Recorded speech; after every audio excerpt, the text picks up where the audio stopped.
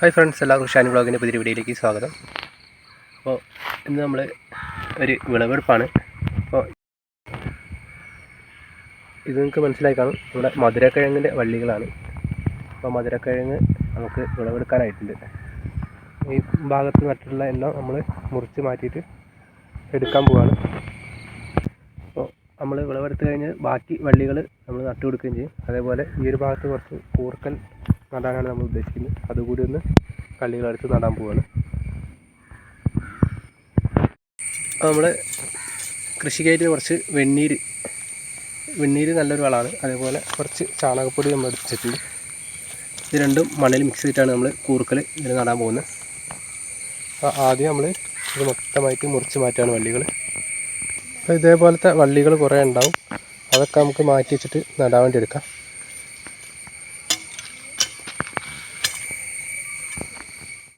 അപ്പം മധുരക്കിഴങ്ങിൻ്റെ വള്ളികളൊക്കെ നമ്മൾ പറിച്ച് മാറ്റിയിട്ടുണ്ട്.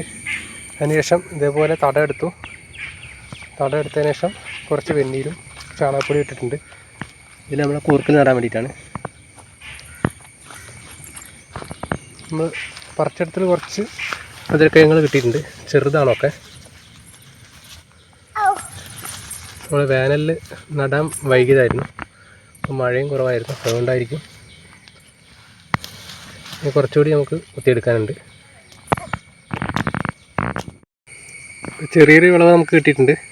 നമ്മൾ നടാനുള്ള സമയമൊക്കെ മാറി നട്ടതുകൊണ്ടായിരിക്കും കുറച്ചൊക്കെ കേടായി പോയിട്ടുണ്ടായിരുന്നു.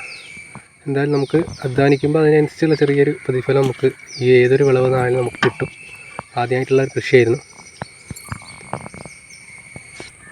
അതിൻ്റെ അടുത്തായിട്ട് നമ്മൾ കുറച്ച് പൂള കൃഷിയും അതേപോലെ അതിൽ കുറച്ച് പയർ ഒക്കെ നട്ടു കൊടുത്തിട്ടുണ്ട്. അതിലൊക്കെ നല്ല വിളവ് കിട്ടിയിട്ടുണ്ട്.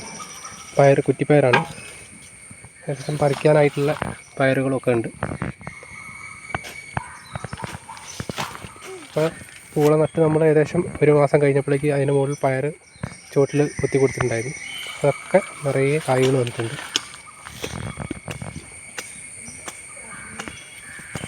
അതേപോലെ നമ്മൾ മധുരക്കിഴങ്ങ് എടുത്ത ഭാഗത്ത് ഇനി കുറച്ച് കൂർക്കലാണ് നടാൻ പോകുന്നത്. അപ്പോൾ കൂർക്കൽ നടാനുള്ള സമയമായതുകൊണ്ട് തന്നെ നടുന്നുണ്ട്.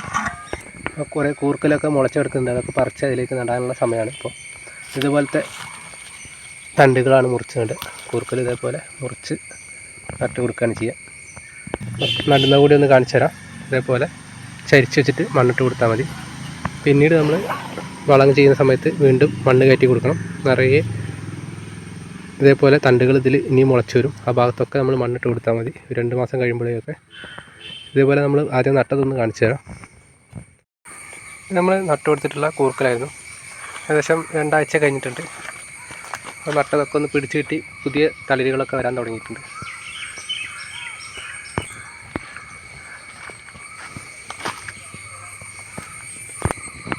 അപ്പോൾ ഇന്നത്തെ വീഡിയോയുടെ വൈൻഡപ്പ് ചെയ്യാണ്.